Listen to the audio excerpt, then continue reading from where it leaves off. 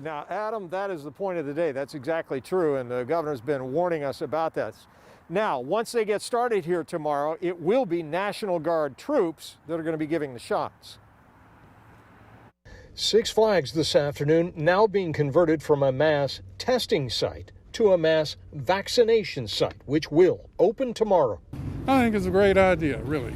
Yeah. And thanks to Six Flags for doing it. Hopefully, with the expansion to Six Flags, it'll make it a lot quicker, a lot more efficient. Oh, that could be a wonderful thing for those. The big question people here are asking, who will get the vaccine and how can they get it? According to an announcement from the governor's office this afternoon, only Prince George's County residents who have pre-registered on the county's vaccine website will receive appointments until February 15th.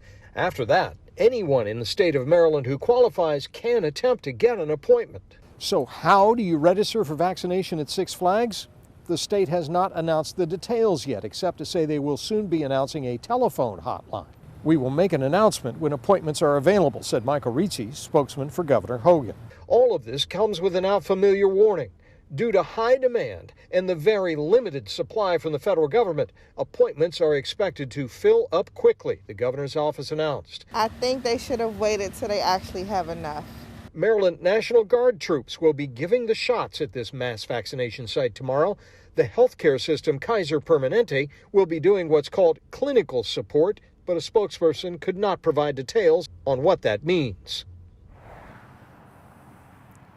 Okay, so again, the shots begin here tomorrow, but they are only going to be given to Prince George's County residents who have pre-registered already and have already been given appointments. So it's appointment only. Don't count on driving out here and getting yourself a shot. And then later, after February 15th, everyone else who qualifies in the state can attempt to get an appointment, but the chances of getting one sound like about the chances of winning the lottery. Governor Hogan and Prince George's County Executive Angela Also Brooks will be out here tomorrow to get started with what they are characterizing as a soft launch of this mass vaccination site here in Maryland. Scott Broom reporting live at Six Flags.